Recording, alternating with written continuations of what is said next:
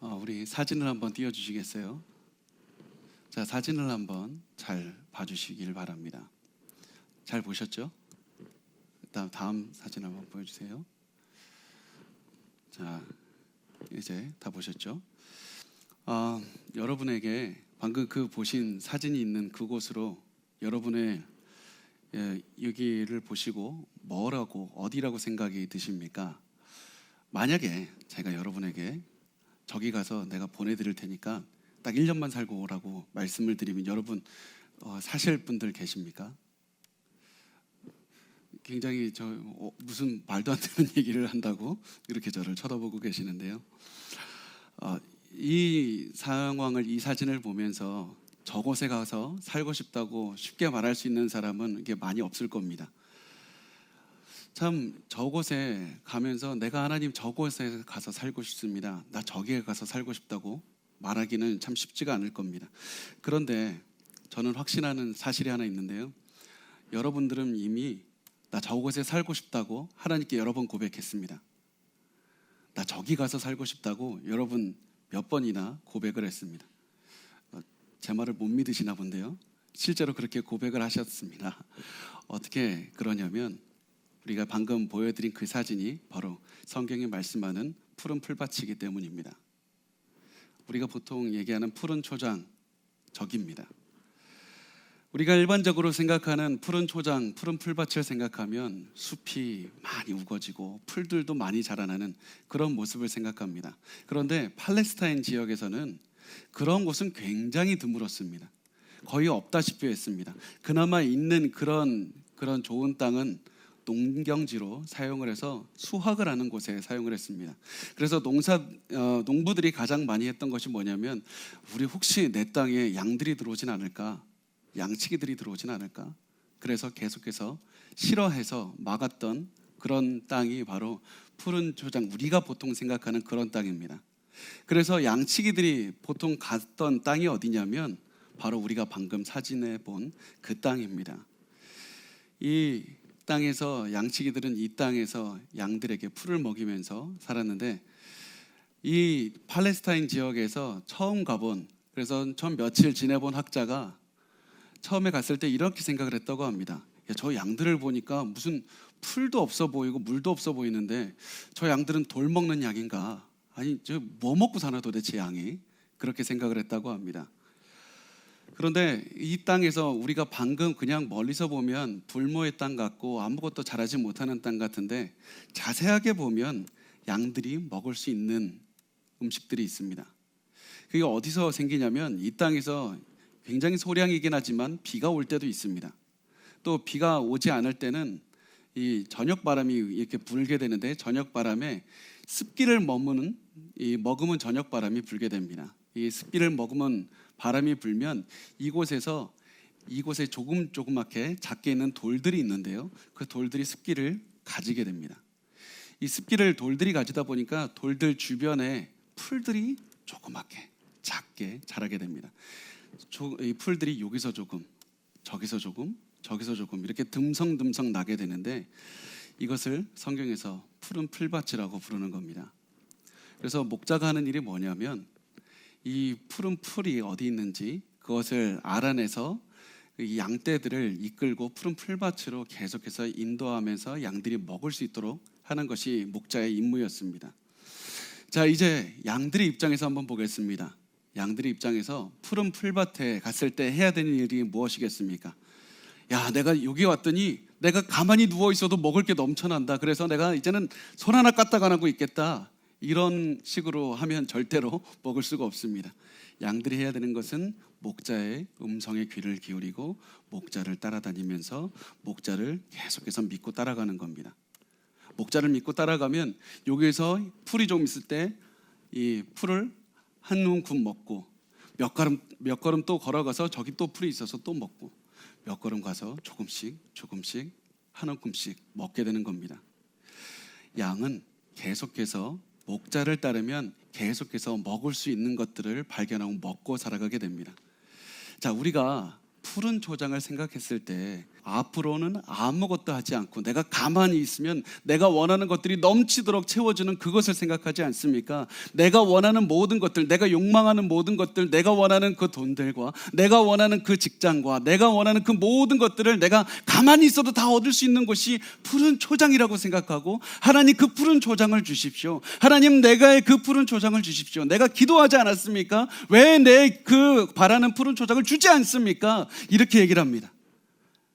그래서 그 내가 바라는 모든 것들이 넘치도록 있는 곳, 내가 가만히 있어도 그냥 움직이지 않아도 넘치도록 내 옆에 내가 원하는 것은 다 이룰 수 있는 곳을 푸른 초장이라고 생각합니다. 그런 마음으로 예수님을 따라가고 살아갑니다. 그런데 하나님께서는 야, 내가 너에게 원하는, 너가 갖고 싶은 걸 다 줄게, 그것이 푸른 초장이다, 이렇게 말씀한 적이 없습니다.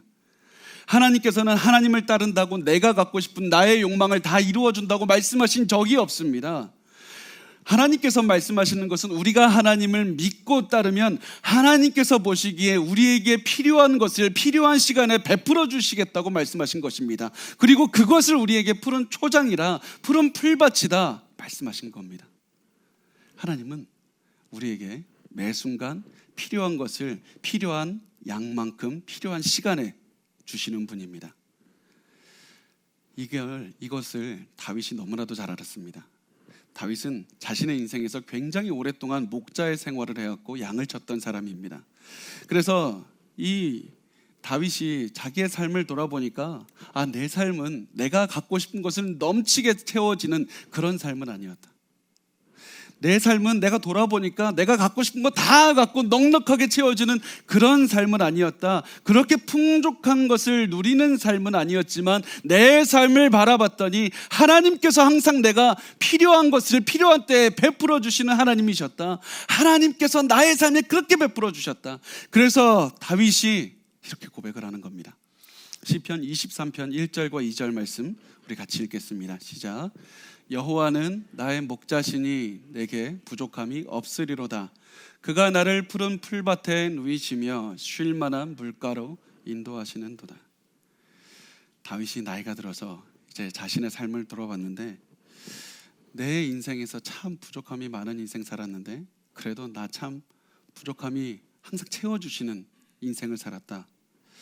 내 인생을 돌아보니까 하나님이 내 인생의 목자셨고 내 인생에 부족함이 단 하나도 없었다. 이렇게 고백을 합니다. 그런데 우리가 성경을 조금이라도 읽어보면 그렇게 말할 수가 없습니다. 다윗의 인생 여러분 잘 알지 않습니까? 다윗은 누가 봐도 부족함이 넘치는 인생을 살았습니다. 누가 봐도 이런 인생 다윗처럼 사십시오 그러면은 오히려 그렇게 살고 싶지 않다고 말할 만큼 그렇게 부족한 인생 살았습니다. 그냥 겉으로만 잠깐 봐도 그렇습니다. 예를 들어 볼까요?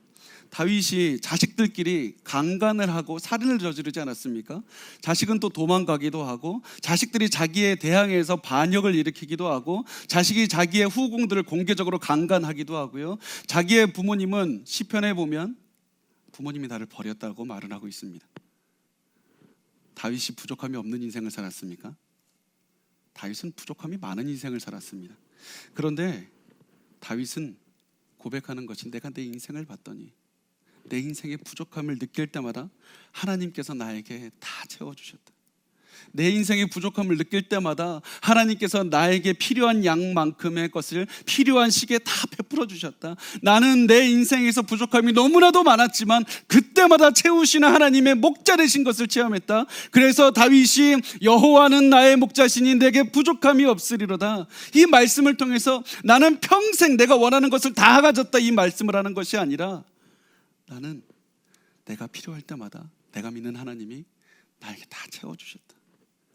그래서 다윗은 여호와는 나의 목자시니 내게 부족함이 없으리로다, 이것을 통해서 하나님께서 내가 가지고 싶은 것을 다 가졌다는 것이 아니라 내가 부족함을 느낄 때마다 하나님께서 채워주셨다. 그래서 다윗의 시선은 더 이상 이 땅에 푸른 초장이 어디 있는지, 내가 가진 풀이 얼마나 많은지 그것을 바라봤던 것이 아니라 목자이신 하나님을 바라봤던 겁니다. 지금 내가 필요한 것이 있으면 나에게 채워주시는 하나님, 목자이신 하나님을 보고 목자인 하나님을 따라봤더니 하나님께서 내 삶에 넘치도록 채워주셨다. 내가 필요한 만큼 항상 나를 변함없이 채워주시고 도와주신 하나님이셨다. 그래서 다윗은 자신의 삶에서 부족함을 느낄 때면 하나님을 바라보면서 말합니다. 여호와는 나의 목자셨고 내 인생에 부족함이 하나도 없었습니다. 그래서 오늘 하루 내가 느끼는 부족함도 하나님께서 목자가 되셔서 나의 삶에 필요한 만큼 채워주실 줄 믿습니다. 그것서 다윗이 가졌던 신앙은 나의 환경을 보고 내가 환경 보고 내가 좋습니다. 환경을 보고 내가 푸른 초장에 있습니다. 환경을 보고 하나님 다 하나님께서 베풀어 주셨습니다. 이 얘기를 했던 것이 아니라 하나님을 바라보고 하나님께서 나의 모든 기도에 응답하시는 겁니다. 하나님 나의 모든 필요와 간구를 채워주시는 분입니다. 그래서 여호와는 나의 목자시니 내게 부족함이 없으리로다. 이 말은 내 환경이 넘친다는 말이 아니라 하나님께서 나를 넘치게 인도하신다는 사실을, 하나님에 대한 신뢰를 고백하는 것입니다. 그래서 이 다윗이 믿었던 하나님, 그리고 우리가 믿는 목자이신 예수 그리스도께서 우리에게 이렇게 말씀을 하고 있는 겁니다. 마태복음 6장 34절 말씀을 우리 같이 읽겠습니다. 시작. 그러므로 내일 일을 위하여 염려하지 말라. 내일 일은 내일이 염려할 것이요 한날의 괴로움은 그날로 족하니라. 목자이신 예수님을 따라가다 보면 필요한 양의 음식을 필요한 때에 그만큼 베풀어 주십니다. 우리가 예수님께서 말씀하시는 것은 너희 내일 일을 거기에 걱정하지 마라. 너희 아버지께서 너희의 오늘 필요한 것을 아신다. 그래서 양인 우리가 해야 되는 것은 무엇이냐면, 우리가 그 목자를 따라가면서 내가 이만큼 먹었는데 나중에 내가 이만큼밖에 먹지 못하고 배부르지는 않는데 어떡할까? 나중에 혹시 이 목자를 따라가다가 내가 음식이 없으면 어떻게 할까? 그것을 걱정할 것이 아니라 지금 양들이 걱정해야 되는 것은 무엇이냐면, 나는 그 목자의 음성을 잘 따라가고 있는가? 양들이 목자의 음성을 잘 따라간다면 여기서 조금 저기서 조금 계속해서 오늘 먹을 양식을 베풀어 주시리라. 오늘 너에게 필요한 것들을 베풀어 주시리라. 그래서 우리가 미래를 위해서 걱정할 필요가 없고 현재 하나님의 음성을 잘 듣고 따라가기만 하면 되는 것입니다. 그래서 자신의 삶에서 하나님을 봤던 다윗이 아무것도 보이지 않았던 광야에서 오히려 푸른 풀밭을 체험했던 겁니다. 푸른 풀밭은 넘쳐나는 녹조지가 있는 것이 아니라 하나님을 따라가는 그곳에 있는 겁니다. 그래서 다윗이 그 모든 푸른 풀밭을 체험했던 다윗이 뭐라고 고백합니까? 그분은 나의 하나님이다. 나의 하나님이다. 그분이 나의 하나님이라고 말을 하고 있습니다. 천지를 창조하신 하나님께서 나의 하나님이 되시고 나의 목자가 되신다고 말을 하는 겁니다. 그 하나님이 단순히 그냥 목자가 되신다, 여호와는 목자가 되신다, 여호와는 왕이 되신다, 이것을 말했던 것이 아니라 여호와는 나의 목자가 되신다. 그래서 나의라는 말이 너무나도 중요하게 됩니다. 여러분, 다윗이 체험한 푸른 풀밭을 우리가 체험하지 못하는 이유가 어디에 있습니까? 우리도 살다 보면 우리도 성경을 읽고요, 하나님이 위대하신 것도 잘 알고 있습니다. 오히려 다윗보다 더 우리가 성경을 더 많이 알고 있습니다. 다윗이 있었을 때는 구약 성경밖에 없었지만 지금 우리는 신약 성경까지 있지 않습니까? 더 많은 하나님에 대한 지식도 갖고 있는데 우리가 왜 푸른 풀밭을 체험하지 못할까요?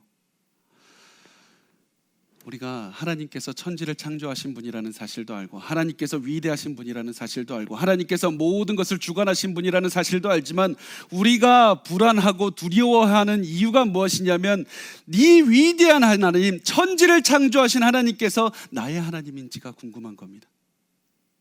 이 위대한 하나님께서 내가 배고플 때 나에게 먹을 것을 주실까? 이 위대한 하나님이, 천지를 창조하신 이 위대한 하나님이 내가 가슴이 아플 때 나를 위로해 주실 수 있을까? 내가 정말 죽을 것 같을 때 나를 위로해서 나를 건져 주실 수 있을까? 그분이 나의 하나님일까? 이것을 계속해서 고민하는 겁니다.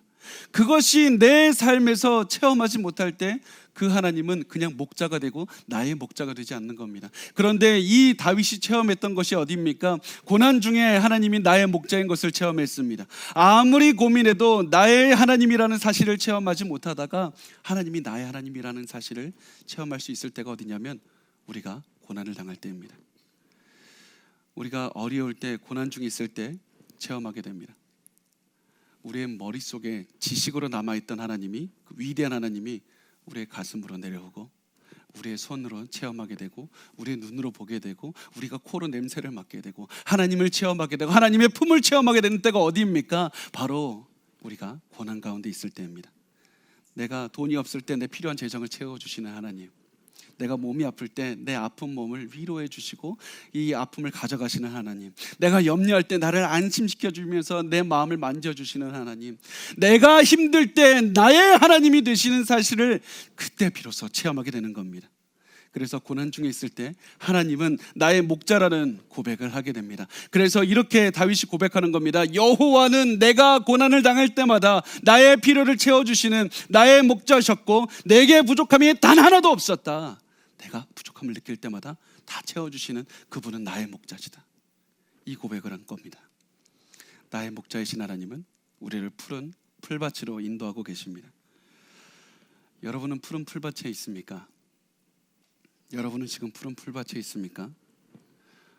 우리가 푸른 풀밭을 더 이상 내가 돈 걱정 없고, 내가 직장 걱정 없고, 사업장 걱정 없고, 관계 걱정 없고, 내가 가지고 있는 건강 걱정 없는 그런 곳을 푸른 초장이라고 부르지 않으셨으면 좋겠습니다. 분명히 하나님께서는 우리를 그런 모든 걱정이 없는 천국으로 인도하실 겁니다. 분명히 인도하실 겁니다. 그렇지만 그 하나님께서 인도하시는 그 푸른 초장은, 푸른 풀밭은 오늘 이 시간 우리가 경험할 수 있다는 사실입니다. 어떻게 경험할 수 있습니까? 하나님을 바라보고 하나님을 따라갈 때 체험할 수가 있습니다. 하나님은 우리가 목자 되신 하나님을, 나의 목자 되신 하나님을 믿고 따라가기만 한다면 하나님은 나를 항상 푸른 초장으로 인도하십니다. 그래서 여러분, 어떤 분들은 받아들이기 굉장히 어려울 수도 있겠지만 여러분, 이 말씀을 꼭 드리고 싶었습니다. 여러분이 지금까지 하나님의 말씀을 최선을 다해서 따라왔다면, 여러분이 지금까지 하나님의 말씀을 최선을 다해서 따라왔다면 여러분이 계신 그곳이 바로 푸른 초장입니다. 여러분이 계신 그곳이 바로 푸른 초장입니다. 때로는 돈이 없고, 때로는 몸이 아프고, 때로는 마음이 아픈 것이, 그곳이 바로 하나님께서 이끌어주시는 푸른 초장이 될 수가 있습니다. 그곳이 푸른 초장인 이유는 그곳에 환경이 넉넉해서 풀이 많아서가 아닙니다. 우리를 인도하시는 하나님 때문에 그렇습니다. 아무리 불모지의 땅같이 보일지라도 하나님이 계시고 우리가 하나님을 믿고 하나님의 목소리를 듣고 하나님을 따라갈 때 그곳은 푸른 풀밭이 되는 겁니다. 그래서 여러분, 다윗이 이 말씀을 통해서 보이고 있는 것이 무엇이냐면, 내가 지금 너무나도 돈이 많습니다, 내가 지금 넉넉하게 원하는 거 다 가졌습니다, 이것을 얘기하는 것이 아니라 나는 하나님을 신뢰합니다. 나를 인도하시는 하나님을 신뢰합니다. 나의 목자가 되시는 하나님을 신뢰한다고 말을 하고 있는 겁니다. 그래서 우리가 해야 될 것이 무엇이냐면, 우리가 환경을 보고 만족하거나 환경을 보고 염려하는 것이 아니라 하나님을 신뢰하고 하나님의 목소리를 듣고 따라가는 것밖에 없습니다. 하나님은 우리의 목자가 되셔서 우리가 필요한 만큼의 풀이 있는 곳으로 우리를 인도하신다는 사실을 기억하셨으면 좋겠습니다. 그렇게 하나님께서는 우리를 푸른 풀밭으로 인도하시고, 그리고 우리를 풀밭에 누이시면서 안식을 누리게 하십니다. 풀밭에 눕게 하십니다. 그런데 풀밭에 눕는 것을 우리가 잘 생각해 보면, 양은 이 누울 때가 굉장히 중요합니다. 양은 위험에 처했을 때, 누가 어떤 맹수가 왔을 때 불안할 때 눕지 않습니다. 또 양은 음식을 먹을 때 눕지 않습니다. 양이 누울 때가 언제냐면, 그 어떤 위협도 없고 다 먹고 반추할 때, 그 되새김질할 때 누워서 합니다. 하나님께서 이 양을 누이신다는 것은 어떠한 두려움도 없고 모든 것을 먹어서 배가 부른 상태, 만족하게 누리는 상태를 말씀하고 있습니다. 하나님께서는 아무것도 없어 보이는 그런 광야를 지나게 하시면서 결국 우리의 모든 필요를 채워주셔서 우리를 만족하게 하시는 우리의 목자가 되십니다. 우리 이 시편 23편 3절 말씀을 같이 읽겠습니다. 시작. 내 영혼을 소생시키시고 자기 이름을 위하여 의의 길로 인도하시는 도다. 여기서 내 영혼을 소생시킨다고 말씀을 합니다. 내 영혼이라는 말의 가장 기본적인 뜻이 뭐냐면 내 생명, 나 자신, 이것을 말씀하고 있습니다. 이 말씀이 다른 어떠한 말씀보다도 하나님께서 내 생명을 회복시키신다, 나를 건져주신다, 나에게 생명 주신다. 이것을 말씀하고 있는 겁니다. 양이 죽을 수밖에 없었는데 목자이신 하나님께서 이 생명을 회복시키셨다. 이런 말씀입니다. 다윗이 왜 이런 고백을 하게 됩니까? 양이 가진 그런 습성 때문에 그런데 양은 어떠한 이유가 되선지 간에 목자를 떠나게 되면 양은 다시 목자에게 돌아오지 않습니다. 그럼 양이 어떤 걸 하냐면 양은 그냥 아무리 피를 흘리고 죽어가고 있어도 수풀 속에 들어가서 가만히 서 있거나 누워 있거나 아니면 하이에나에게 잡혀 먹히기 일쑤입니다. 그래서 양이 살아낼 수 있는 방법은 단 하나의 방법은 목자가 직접 찾아가서 구해오는 것밖에 없습니다. 그래서 목자가 잃어버린 양이 있으면 그 위험을 무릅쓰고 위험한 곳들을 다니면서 결국 양을 찾은 다음에 어깨에 메고 다시 돌아오게 됩니다. 다윗이 이 모습을 통해서 말하고 있는 겁니다. 길을 잃어버려서 죽을 뻔한 양이 바로 나라고. 내가 죽을 뻔한 그런 사람입니다. 내가 양같이 어리석어서, 내가 양같이 약해서 혼자 두면 그냥 죽을 수밖에 없는 인생이지만 하나님 내 목숨 건져주셨습니다. 하나님 나 살려주셨습니다. 하나님께서 나를 혼자 두셨으면 나 진작에 죽었을 겁니다. 그런데 하나님이 먼저 나를 찾아와 주셨고 나를 살려주셨고 나를 짊어지고 나를 가장 안심되는 그런 곳으로 인도하셨습니다. 그래서 하나님께서 내 생명을 회복시키셨고 나를 의의 길로 인도하셨습니다. 의의 길로 인도하셨습니다. 여기서 의의 길이라고 할 때 의라는 히브리 단어가 체데크라는 단어를 쓰는데 보통 체데크라는 단어를 해석할 때는 의롭다라는 말을 쓰지만 가장 기본적인 그 단어의 개념이 무엇이냐면 곧다, 옳다 이런 뜻을 가지고 있습니다. 하나님께서 목자이신 하나님께서 양을 인도하시는 길은 항상 옳다는 겁니다. 항상 옳은 길로 인도한다는 겁니다. 왜 이런 얘기를 했을까요? 양의 습성을 또 한번 보겠습니다. 양은 직진하는 그런 습성이 있다고 합니다. 앞에 함정이 있고 앞에 장애물이 있어도 상관없이 그냥 앞으로 갑니다. 그래서 밑에 구덩이가 있는 것도 못 보고 그냥 직진하다 보니까 구덩이에 빠지게도 되고 다치게도 됩니다.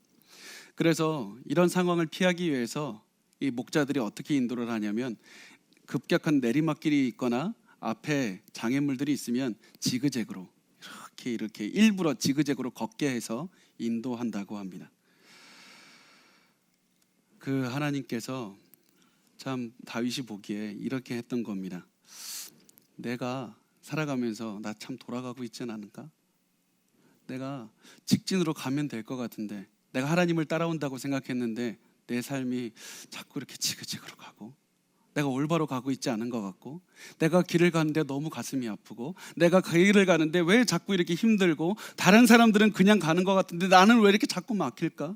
자꾸 어려울까? 자꾸 힘들고 그렇게 하나님 내가 제대로 가고 있는 거 맞습니까? 하나님 제대로 가고 있다. 하나님 나를 제대로 인도하는 거 맞습니까? 하나님 이 길이 내가 가는 길이 도대체 왜 이럽니까? 이런 질문을 할 때 그런 질문할 때가 너무나도 많았지만 시간을 지나서 보니까 다윗이 자기의 삶을 돌아보니까 하나님께서 나를 가장 옳은 길로 인도하셨다.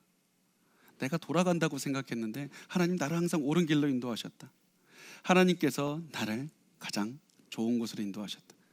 여러분 우리의 삶에서도 우리가 하나님을 따라간다고 나름대로 열심을 하는데 하나님께서 나를 직선으로 가시면 될 것 같은데 하나님께서 가장 좋은 길이 저긴 것 같은데 왜 하나님께서 왜 나를 저 길로 인도하지 않으실까? 왜 자꾸 돌아가게 하실까? 이런 생각이 들 때가 있습니다. 왜 나를 돌아가게 하실까? 그러나 우리가 반드시 시간이 지나서 오늘을 돌아보면서 오늘을 바라보면서 이것을 고백하는 날이 올 겁니다. 하나님께서 인도하신 길은 옳은 길이었다. 내가 가야 될 길, 나에게 도움이 되는 길로 하나님은 항상 인도하셨다. 하나님께서 원하시는 길로 인도하셔서 결국에선 나를 항상 나에게 좋은 길, 나에게 옳은 길로 인도하셨을 뿐만 아니라 그 길을 통해서 의로운 길로 나를 인도하셨다. 의로운 길로 인도를 하시는 겁니다. 그럼 의로운 길이란 도대체 무엇입니까? 의로운 길은 쉽게 말하면 하나님을 따라가면 의로운 길입니다. 하나님을 따라가는 길이 의로운 길입니다. 하나님을 보고 하나님을 따라가고 하나님의 음성을 들으면서 계속해서 하나님만 쫓아가는 것이 의로운 길입니다. 아무리 많은 성과를 내도 하나님을 따라가지 않으면 의로운 길이 아니고 아무리 많은 돈을 벌어도 내가 아무리 건강해도 하나님을 따라가는 것이 아니면 의로운 길이 아닙니다. 우리가 선한 목자인 하나님만 따라갈 때 의로운 길을 걸어갈 수가 있게 되는 겁니다. 그래서 우리가 선한 목자만 따라가면 안전한 길, 옳은 길, 의로운 길로 인도하신다는 사실입니다. 우리 시편 23편 4절 말씀을 우리 같이 읽어보겠습니다. 시작. 내가 사망의 음침한 골짜기로 다닐지라도 해를 두려워하지 않을 것은 주께서 나와 함께 하심이라. 주의 지팡이와 막대기가 나를 안위하시나이다. 자, 여기서 보면 성경에서 항상 골짜기가 나올 때는 항상 두렵고 위험한 장소입니다. 두려운 장소입니다. 여기서 특히 골짜기가 왜 두렵냐면 살아온 동물들이 있는 곳이기 때문에, 맹수가 있는 곳이기 때문에 골짜기는 두려운 곳입니다. 그런데 본문에는 더 중요한 것은 다윗이 이 골짜기를 사망의 음침한 골짜기라고 말을 하고 있습니다. 사망의 음침한 골짜기라고 말을 합니다.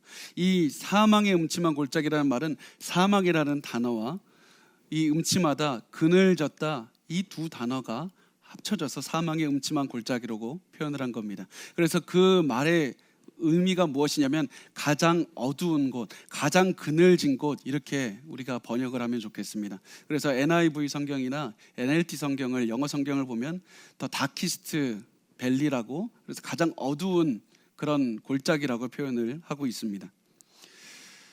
그래서 가장 어두운 골짜기는 가장 두려운 곳인데 왜 그렇습니까? 바로 앞에 보이지 않습니다.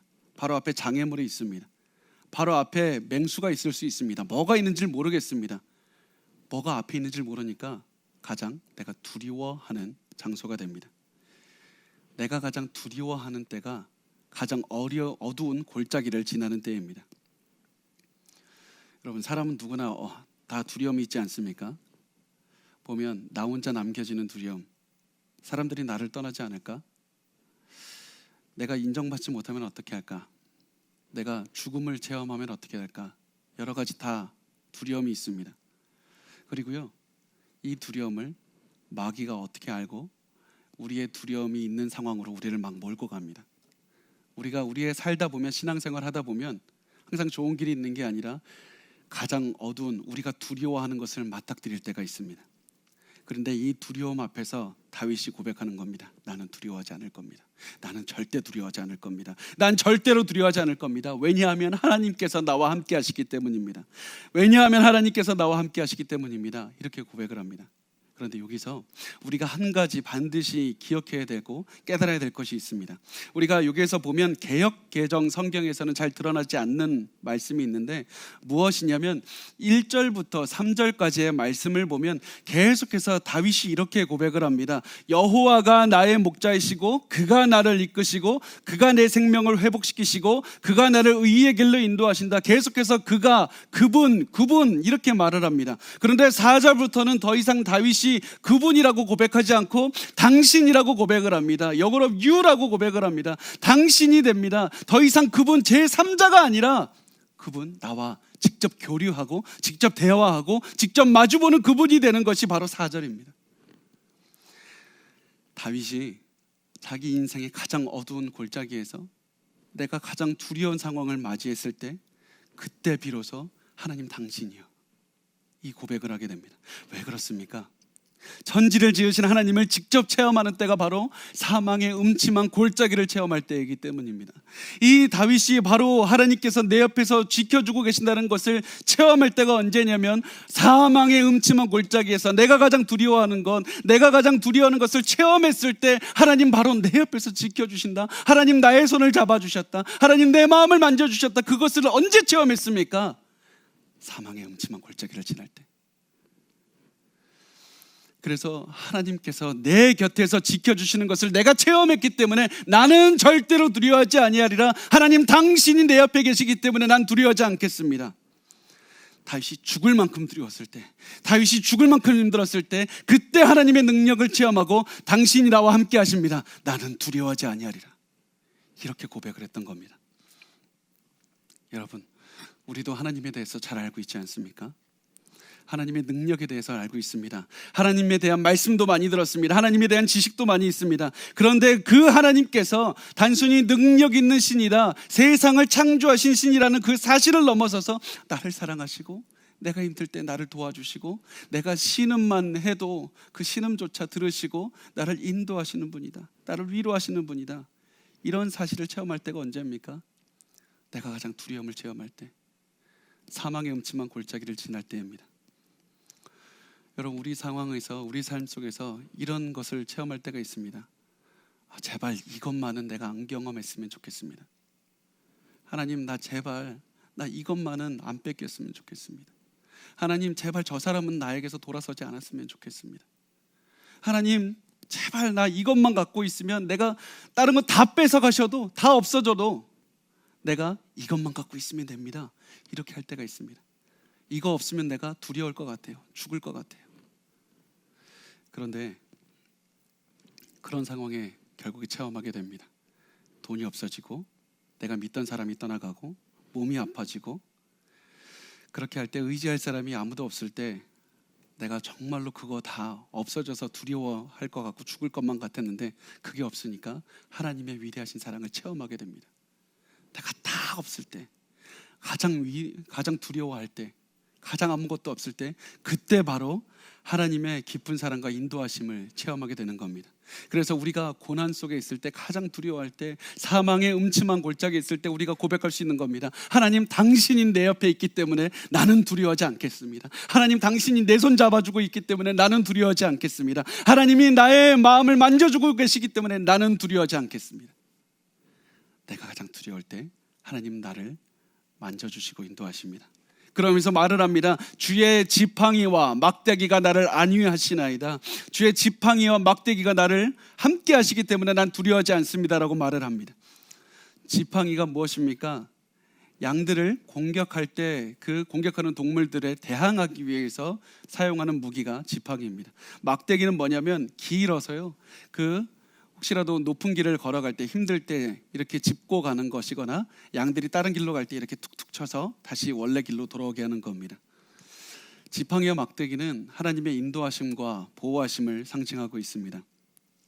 다윗이 두려워하지 않을 수 있었던 이유는 지팡이와 막대기가 지켜주었기 때문입니다. 고난 속에서 다윗이 계속해서 하나님과 대화하고 있었던 겁니다. 내가 두려운 상황에 처했더니 그때 비로소 내가 하나님의 지팡이와 하나님의 막대기가 있음을 내가 그때 체험했습니다. 내가 너무나도 두려워할 때, 나를 공격하는 사람들이 있을 때 하나님께서 지팡이로 나를 지켜주시는 것을 체험했고, 내가 너무나도 두려워서 잘못 가려고 할 때 하나님의 막대기가 나를 지켜주시는 걸 내가 그때 체험했습니다. 내가 너무나도 두려워할 때 하나님께서 안심시켜 주셨고, 내가 살아갈 용기를 주셨습니다. 하나님, 그래서 나 두려워하지 않겠습니다. 내가 다른 곳에 소망을 두지 않고 하나님께 소망을 둡니다. 나는 두려워하지 않겠습니다. 여러분, 우리가 여기서 한 가지 반드시 생각하고 우리가 오해를 풀고 넘어가고 싶은 게 있습니다. 우리가 이렇게 생각합니다. 하나님, 나에게 용기를 주십시오. 나 용기를 갖고 싶고, 나 담대해지고 싶고, 나 당당해지고 싶습니다. 나 이제 주눅 들고 싶지 않고, 나 열등감에 눌려 살고 싶지 않습니다. 나 당당하게 용기를 주십시오. 이렇게 생각합니다. 그러면서 우리는 편안한 생활만을 생각합니다. 아무것도 우리가 구하지 않아도 되는, 그런 모든 것이 다 갖추어져도 되는 그런 상황을 요구합니다. 그런 상황에서 나는 또 담대해지고도 싶습니다. 이렇게 얘기를 합니다. 그렇지만 용기가 무엇인지 아십니까? 용기는 어려움이나 위험이나 고통 같은 것이 있음에도 불구하고 전진하는 겁니다. 아무것도 없을 때, 평안할 때, 그때 용기가 필요한 것이 아니라 용기가 직접적으로 생기고 하나님께 용기를 받는 때가 언제냐면, 내가 앞에 고난이 있고 이거 있으면 두려워할 때, 두려움이 있음에도 불구하고 전진하고 앞서 나가는 것이 용기입니다. 내가 너무나도 고통이 있음이 뻔히 보임에도 불구하고 전진하며 나아갈 때 하나님께서 나에게 용기를 주시고 나에게 담대하게 만들어 주시는 겁니다. 그래서 용기는 두려워할 만한 상황, 고통이 있는 상황을 전제로 하는 겁니다. 여러분, 지금 고통 가운데 있습니까? 두려워할 만한 상황 가운데 있습니까? 기뻐하십시오. 하나님께서 여러분에게 용기를 주실 것입니다. 이제 지금이 바로 하나님께서 주시는 용기를 체험할 수 있는 절호의 기회입니다. 여러분, 하나님께서 여러분이 두려워할 만한 그런 상황에 있을 때 하나님께서 여러분에게 용기를 주시고, 하나님은 나의 하나님이라고 고백할 수 있는 그 시간을 반드시 주실 겁니다. 사망의 음침한 골짜기에서 우리는 비로소 용기를 갖게 됩니다. 자, 우리 시편 23편 5절 말씀을 계속 읽어보겠습니다. 시작. 주께서 내 원수의 목전에서 내게 상을 차려주시고 기름을 내 머리에 부으셨으니 내 잔이 넘치나이다. 이 말씀에서부터 목자와 양의 이야기의 상징에서 주인과 손님의 상징으로 바뀌게 됩니다. 주인이 풍성하게 상을 차리고 손님을 초대한 다음에 손님이 왔을 때 머리에 기름을 붓는 장면을 보여줍니다. 이게 어떻게 이해하시면 되냐면 하나님께서 직접 식사를 준비하신 다음에 풍성하게 상을 차리시고 다윗을 귀빈으로 귀중한 손님을 맞이하는 것으로 대해 주신다는 것으로 보시면 되겠습니다. 분명 우리가 이런 광야 같은 땅에서의 삶을 끝내고 천국에 이르면 엄청나게 우리가 하나님은 우리를 천국 잔치로 이끌어 주실 겁니다. 그런데 그 천국에 가면 우리는 반드시 하나님의 큰 잔치 속에서 그렇게 살 것이지만 지금도 하나님께서 우리가 하나님을 따르면서 살아가는 지금 이 땅을 살 때에도 하나님께서 우리에게 풍성하게 상을 차려주시고 식사하게 하시는 것을 체험할 수가 있습니다. 음식이 중요한 것이 아니라 하나님을 바라볼 때 체험할 수가 있습니다. 우리가 하나님께로만 가면 원수의 목전에서 음식을 주시고 아무리 원수가 쳐다보고 있어도 안전하게 지켜주십니다. 우리가 이 시편 23편에서 계속해서 봐야 될 것은 어떤 음식이나 어떤 환경이 아니라 하나님입니다. 우리는 하나님께 가야 됩니다. 하나님을 쳐다봐야 됩니다. 우리의 평안과 만족은 하나님께 있습니다. 제가 아주사 퍼시픽 대학교라는 그런 미국의 대학교가 있는데요. 거기서 구약을 가르치시다가 은퇴하신 제럴드 윌슨 교수님이라는 분이 계십니다.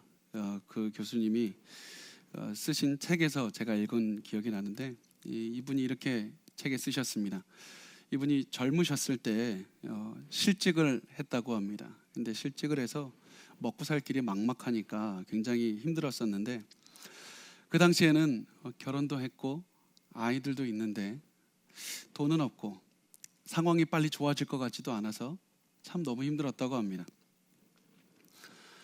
그렇게 어떻게 시간은 버텼는데 한 해가 거의 다 가서 크리스마스 때가 가까이 왔습니다. 크리스마스는 다가왔는데 먹고 살 길은 보이지 않고 그래서 기쁨보다는 기쁨을 누려야 되는데 죄책감이 막 몰려오는 겁니다. 더 큰 죄책감이 이분이 쓴 것이 참 너무 가슴이 아팠는데 나 때문에 내가 실패해서 아무런 잘못도 없는 나의 아내와 아이들을 고생시키고 있다. 그런 생각이 들어서 너무 죄책감이 많이 들어서 너무 힘들었다고 합니다. 그러면서 하나님 어디 있습니까? 하나님 도대체 어디 있습니까? 이렇게 기도를 하고 있었습니다. 이때 이분이 고백하기를 이때 내 원수가 누구냐면 두려움이었고 내 원수는 죄책감이었고 내 원수는 수치심이었고 내 원수는 분노였다. 그렇게 말을 합니다. 그런데 하나님께서 이분에게 원수의 눈앞에서 풍성하게 상을 차려주신 일이 있었습니다. 그때가 언제냐면 이분이 어렵게 구한 파트타임을 겨우겨우 하고 이제 크리스마스가 가까이 왔을 때 집에 왔는데 집 앞에 작은 선물 상자가 하나 있는 겁니다. 포장까지 되어 있었습니다. 나중에 알아봤지만 가족이 준 것이 아니었습니다. 그 포장을 잘 뜯어서 봤더니 모든 가족을 위해서 양말 한 켤레씩 들어있었습니다. 이분이 이게 큰 것은 아닌데 이것을 보자마자 하나님께서 내 머리 위에 기름을 부어주시구나. 하나님께서 내 머리에 기름을 부어주고 계신다. 하나님께서 내 모든 것을 아시고 계신다. 이것을 위로함을 느꼈고 이 하나님께서 나와 동행하시고 계신다. 이것을 너무나도 깊게 체험을 했습니다.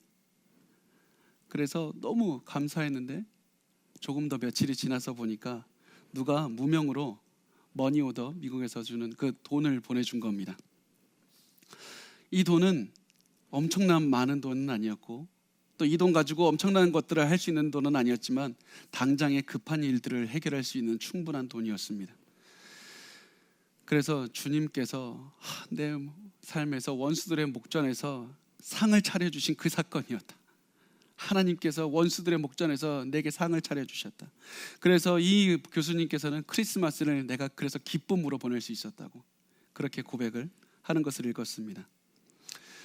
여러분, 하나님은 우리의 원수들의 목전에서 상을 베풀어 주시는 분입니다. 그래서 우리가 하나님 안에서 만족을 누리셨으면 좋겠습니다. 하나님 안에서 만족을 누리십시오. 하나님 안에서 만족을 누리십시오. 우리의 만족은 환경에서 오는 것이 아니라 푸른 초장에서 오는 게 아닙니다. 목자 되신 하나님에게서 우리의 만족이 오는 겁니다. 하나님을 바라보셨으면 좋겠습니다. 시편 23편 6절 말씀을 우리 같이 읽겠습니다. 시작. 내 평생에 선하심과 인자하심이 반드시 나를 따르리니 내가 여호와의 집에 영원히 살리로다. 내 평생에 여호와의 하나님의 선하심과 인자하심이 반드시 나를 따라다닌다. 여기서 따른다는 말이 제가 보기에는 좀 약하게 번역이 됐습니다. 제대로 번역이 되려면 어떤 의미냐면 이런 겁니다. 하나님의 선하심과 인자하심이 반드시 나를 추격하십니다. 날 끝까지 뒤쫓아오십니다. 왜 그렇습니까? 다윗은 지금까지 자기를 죽이려고 사울부터 시작해서 수많은 사람들이 자기를 끈질기게 쫓아다녔습니다. 죽이려고 했습니다. 너무나도 힘들게 했습니다. 그런데 자신의 삶을 돌아봤더니 이 사람들보다 더 끈질기게 자신을 뒤쫓았던, 자신을 추격해서 결국에서는 자신을 휘감았던 그 분이 누구냐면 하나님이었습니다. 선하시고 인자하신 하나님께서 다윗을 결국에서는 쫓아가셔서 잡으셔서 다윗을 가장 좋은 푸른 풀밭이 있는 곳으로 인도하셨던 겁니다. 다윗의 적들보다 다윗을 더욱더 끈질기게 추격한 것이 하나님의 선하심과 인자하심이었습니다.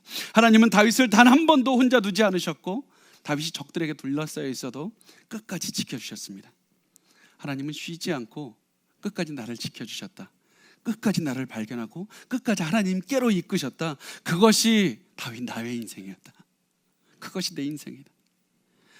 그래서 하나님의 선하심과 하나님의 인자하심이 나를 추격해서 나를 인도하신 것이 바로 내 인생이었다. 그러면서 결국 다윗이 내리는 결론이 무엇이냐면 나는 하나님의 집에 영원히 거하리로다. 나는 하나님의 집에 영원히 거할 것이다. 하나님의 집에 거한다는 말이 어떤 의미입니까? 하나님과 동행한다. 하나님과 함께한다. 다윗은 하나님과 영원히 함께한다고 말을 하고 있습니다. 자, 근데 여기서 우리가 다윗이 하나님과 함께한다는 것을 좀 잘 이해하기 위해서 그 양의 이야기를 보면 양은 굉장히 쉽게 놀라는 동물이라고 합니다. 양은 굉장히 쉽게 놀라고 굉장히 쉽게 두려워하는 동물입니다. 그런데 굉장히 작은 것에도 쉽게 놀라는 이 양이 자기를 보는 선한 목자가 근처에 눈에 들어오면 안심한다고 그렇게 말을 합니다. 그리고 그 선한 목자가 바로 우리가 믿는 하나님이라는 겁니다. 너무 두렵고 너무 힘들 때 하나님만 바라보면 안심이 됩니다. 그 선하신 하나님께서 영원히 나와 함께 하실 것이다. 영원히 나와 함께 하실 것이다. 여러분, 이 말씀을 보면서 어떤 생각이 드십니까? 우리 이 말씀을 보면서 저는 이 말씀이 생각이 났습니다. 로마서 8장 38절과 39절 말씀을 같이 읽겠습니다. 시작.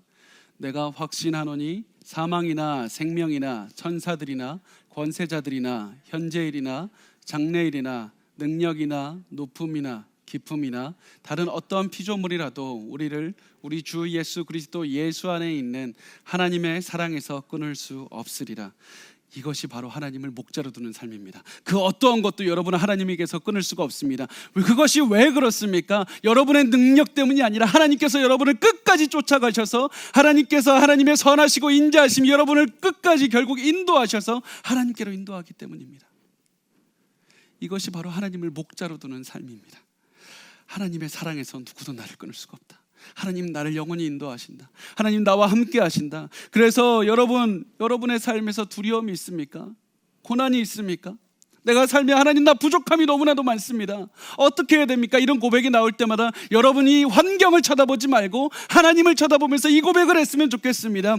여호와는 나의 목자시니 내게 부족함이 없으리로다. 내 과거로부터 지금까지 하나님은 나의 목자셨고 내게 부족함이 단 하나도 없도록 채우셨다. 그 하나님은 내 미래에도 목자가 되실 것이고 하나도 부족함이 없도록 채워주실 것이다. 여호와는 나의 목자시니 내게 부족함이 없으리로다. 여러분, 그 고백을 하셨으면 좋겠습니다. 지금 여러분이 있는 곳이 바로 푸른 풀밭입니다. 안심하십시오. 그럼 우리 마지막으로 이 말씀 한 절만 읽고 우리 말씀을 마치겠습니다. 빌립보서 1장 6절 말씀 우리 같이 읽겠습니다. 시작. 너희 안에서 착한 일을 시작하신 이가 그리스도 예수의 날까지 이루실 줄을 우리는 확신하노라. 하나님께서 여러분의 희망이 되십니다. 푸른 초장은 하나님을 볼 때 갈 수 있는 겁니다. 여러분, 환경 때문에 주눅들지 마시고 힘들지 마시고 하나님을 쳐다보시고, 하나님께서 결국에서는 여러분을 혼자 두지 않으시고 하나님의 선하심과 인자심 여러분을 끝까지 추격해서 여러분을 찾아서 하나님께로 인도하실 겁니다. 두려워하지 마시고 담대하게 오늘 우리가 하나님을 바라봤으면 좋겠습니다. 하나님께서 여러분에게 푸른 풀밭으로 인도하실 것입니다.